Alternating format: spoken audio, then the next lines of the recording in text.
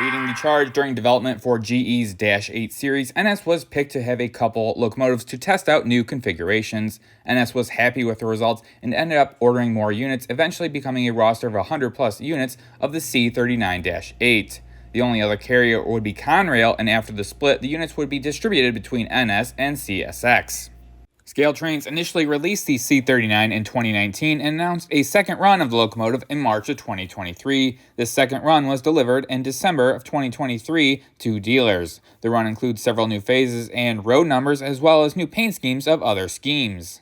The run does include 4 road names: Conrail, CSX, NS, and Pennsylvania Northeastern, across 10 different locomotive configurations for a total of 16 unique road numbers. Today we'll be taking a look at Pennsylvania Northeastern 8212.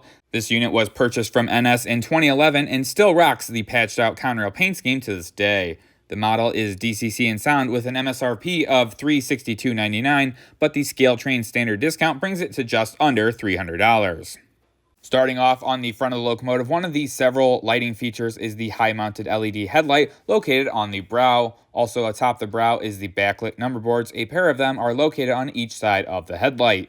On the outer ends of the brow are the LED class lights. For this specific model, the class lights are painted over, but other configurations do have this LED lighting option. Just below the brow is the etched metal windshield wipers. These are a separately applied detail unfinished to show off the bare metal. Dropping down to the top of the nose, the top features 3 separately applied hatches. These are going to be your sandfill hatches, all painted to match the Conrail main body blue. Sporting the rest of the nose are going to be the series of separately applied wire grab irons. These are wire details painted in white accent painting. The grabs also are form-fitted to match the nose body lines.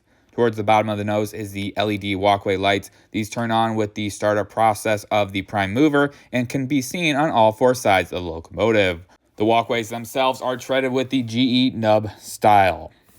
The front of the locomotive is going to have the front handrails, including the 4 stanchions for this particular model. It's going to have the 4 evenly spaced ones with a simulated plastic chain in the middle.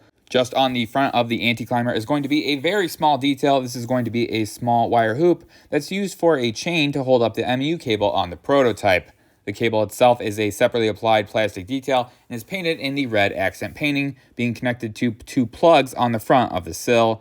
On either side of the cable are going to be your LED ditch lights. Matching the standard practice for Conrail, these are going to flash when the horn is blown. Tucked in behind the ditch lights are going to be the coupler cut bar, painted in that dark gray, so it's a little bit harder to see compared to the front sill. Having said that, the handle portions are painted in white accent painting for better visibility and handling for the crews.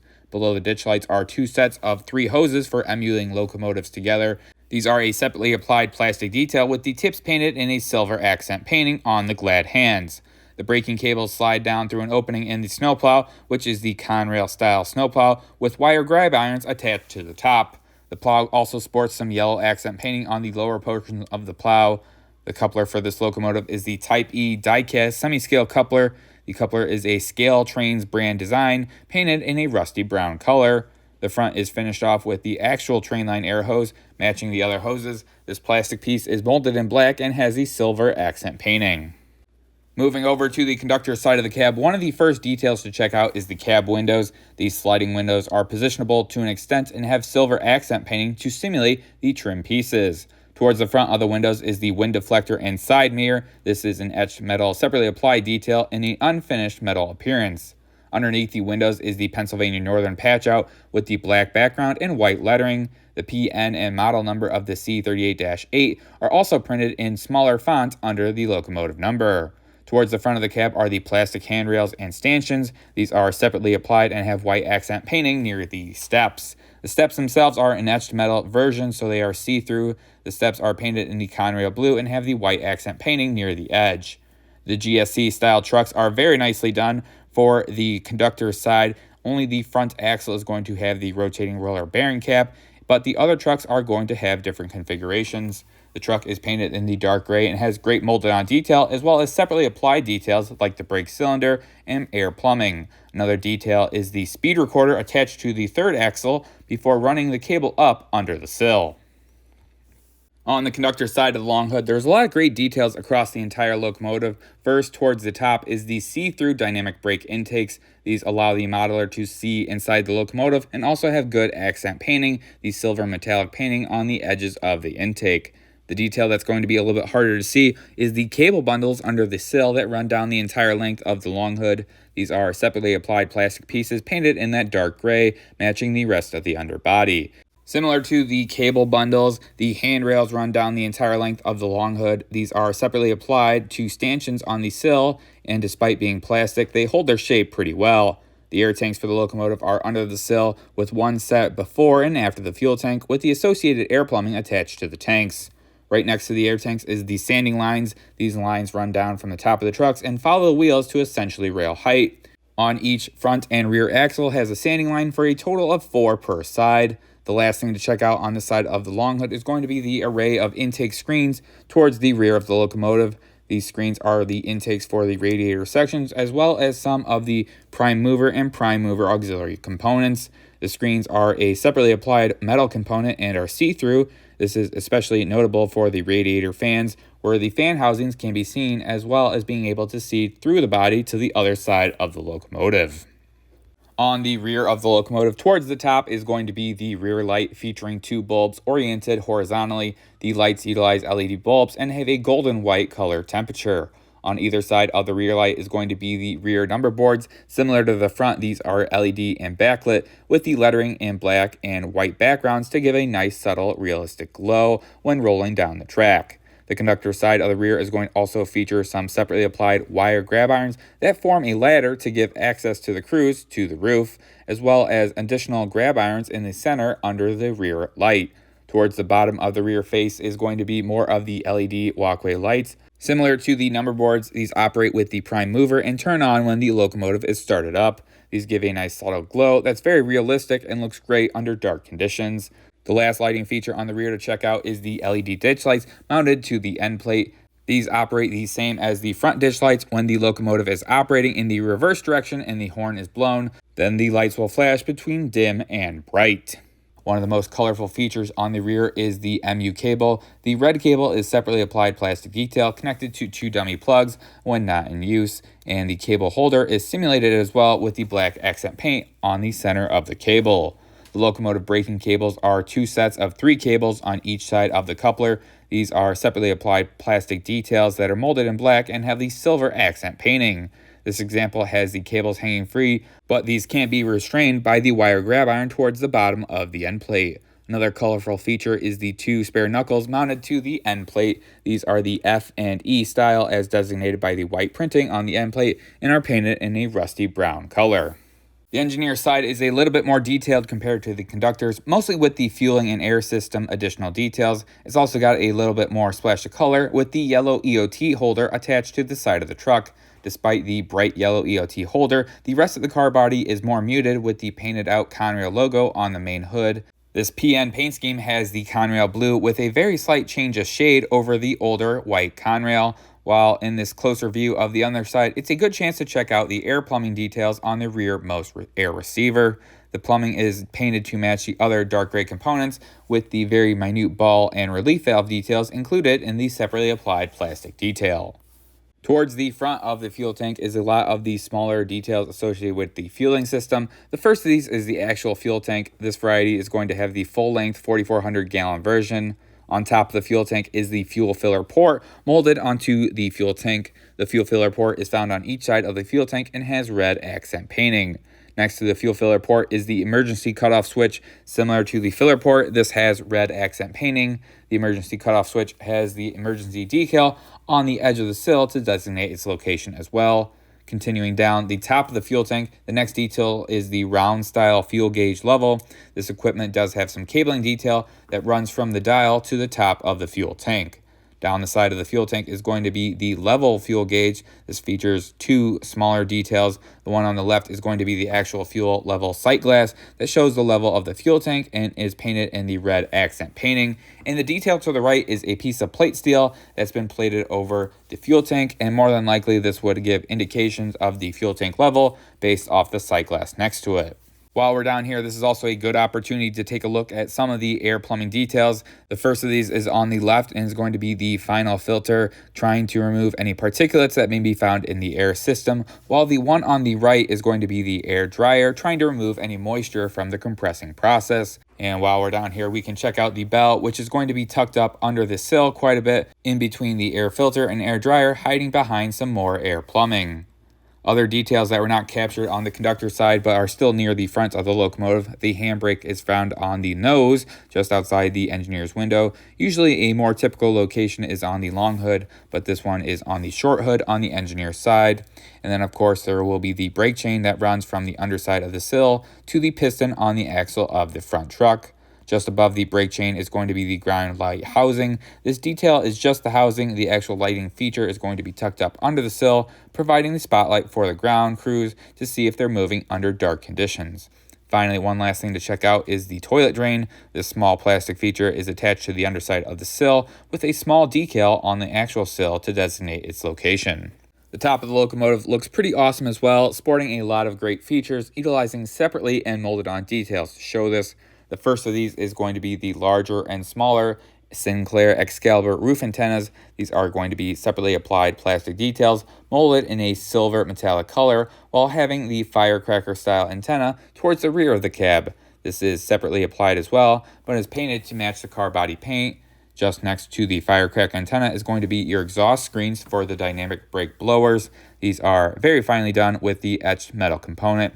It really shows off the blower detail that can be seen down below.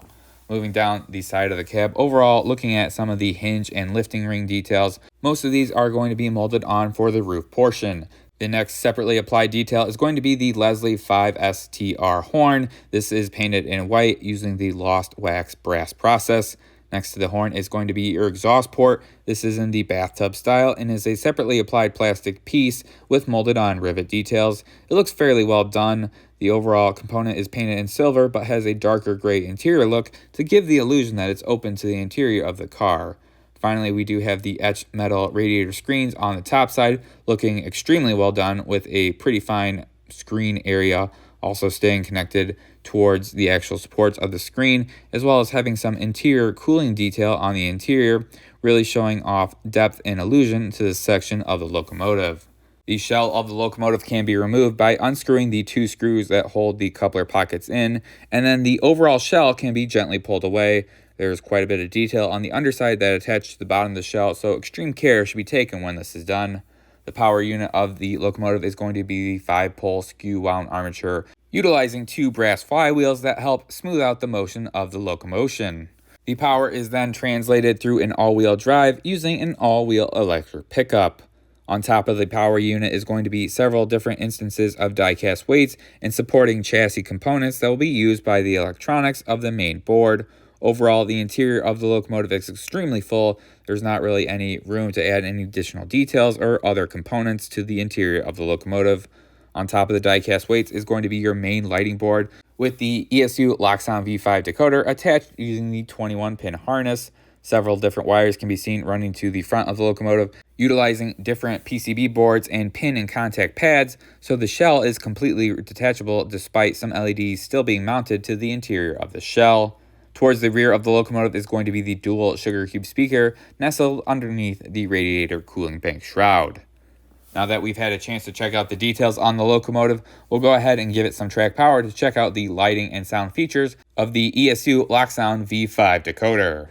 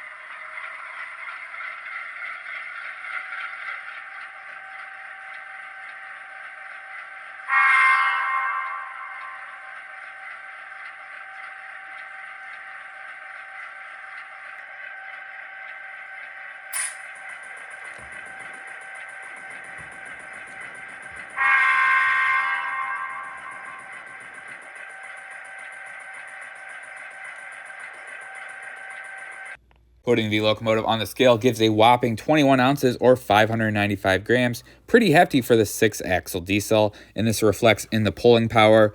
The model was hooked up to a pull gauge and 3 test runs were done. The average was taken and it was found that the locomotive pulls approximately 5.36 ounces or 152 grams. In a more concrete number, this is approximately 50 to 60 standard size rail cars on a level grade. The couplers are the ScaleTrains brand semi-scale die-cast couplers, and both couplers were at the correct heights. This was also found with the wheels were all engaged. The model does come with the ESU designed power pack and allows the locomotive to be picked up and ran for approximately 5 seconds before losing power. This is a nice feature for modelers with dirty or subpar track. For the scoring section of the review, the score will be broken down into several categories, each with its own point totaling, adding up to 100 possible points. For the packaging of the model comes in the standard ScaleTrains packaging with information booklet as well as a separate parts baggie for the extra roller bearing caps. Overall, pretty standard for ScaleTrains. Accuracy-wise, the model is pretty good. Pennsylvania Northeastern picked up this locomotive in 2011, and based off prototype photos, this locomotive would be accurate up until about mid-2017, when the locomotive loses that yellow stripe on the snowplow, while other smaller Conrail patch-out changes are seen slowly throughout the years. The paint on the model is pretty well done, with all of the decals being sharp and legible under magnification. The paint lines are crisp and well defined despite all the different patch-outs and paint levels. One minor issue is that several smaller details were broken and re-glued after painting, resulting in whitening from the super glue application. The details on the model are pretty well done, with the majority of the details being seen on other ScaleTrains locomotive, leaving the C39-8 similar to other GE locomotives from ScaleTrains. This run doesn't see any major detail changes, only smaller road-specific details saw any major changes. That being said, the details are well executed with a lot of separately applied details as well as etched metal pieces. The motor of the unit is pretty solid with a beefy chassis, giving out good performance and pulling capability, and this locomotive is now one of the highest pulling engines in the fleet. The decoder is the ESU Locksound V5 with supercapacitors, allowing the engine to run for several seconds without losing power. The slow speed control is great, allowing the 8212 to crawl steadily at speed step 1. One annoyance I did see with the ESU decoder was the startup and shutdown sequences.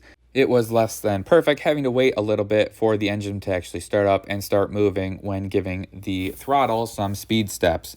And then when you wanted to mute the engine, you had to hit F8 again, and then the number boards and running lights would shut off. So overall, it's just a little bit not perfect, especially when F6 isn't used on this model. So just a less than perfect setup. The couplers are the ScaleTrains brand die-cast semi-scale couplers, and both were at the correct height. And these are also going to be painted rusty brown to the body of the coupler. The trucks are great with nice molded on detail and separately applied details featuring the rotating roller bearing caps. The wheels saw the biggest upgrade across the model with the addition of the rusty brown paint treatment to the face of the wheels. The value of the model is a little bit more subjective, especially when the model came out about 5 years ago with a $260 price tag. This release features a decoder upgrade to the ESU V5 and the painted wheels. Despite the upgrades, the uprate seems a little bit harsh. Finally, the most standout feature on this model is going to be the various patch outs and paint fading across the model, the older Conrail blue car body, and the white other patch outs. The painted wheels themselves are a nice little touch too, and allows modelers one less step to do themselves. Adding up all the points gives a 93 out of 100 or a solid A- rating, and when comparing this unit to other recently reviewed models, the ScaleTrains C39-8 winds up tied for 4th place with some other very respectable engines. Overall, I thought the score for this model was well deserved. It's a great second run with some minor upgrades. Really, I thought the pulley power and low speed performance were absolutely amazing, two very important aspects when it comes to model trains. This was the first engine where I didn't absolutely love the ESU lock sound. The sound files were fine, but the function mapping out of the box startup needs some work. I really want the locomotive to operate perfectly first, and then if I wanted to have some extra realism with those startup sequences, then I could designate that to a non-single digit digital function. I also didn't love the price hike with the ScaleTrains standard discount. Sometimes it gives and other times it's something to live with, and this time I felt like it was a pretty steep hike. I know with inflation and supply chain issues, but with the MSRP creeping past north of $350, more and more consideration will be taken before making a purchase, and some models just won't make the cut. But let me know what you guys think about this second round. I kind of wish I had picked up the YN3 for CSX. It's a very sharp paint scheme, and there's a lot of great options to choose from. But that's all I got for you guys this time. Let me know what you guys think. Comment, rate, subscribe, and we'll see you next time. Thanks for watching.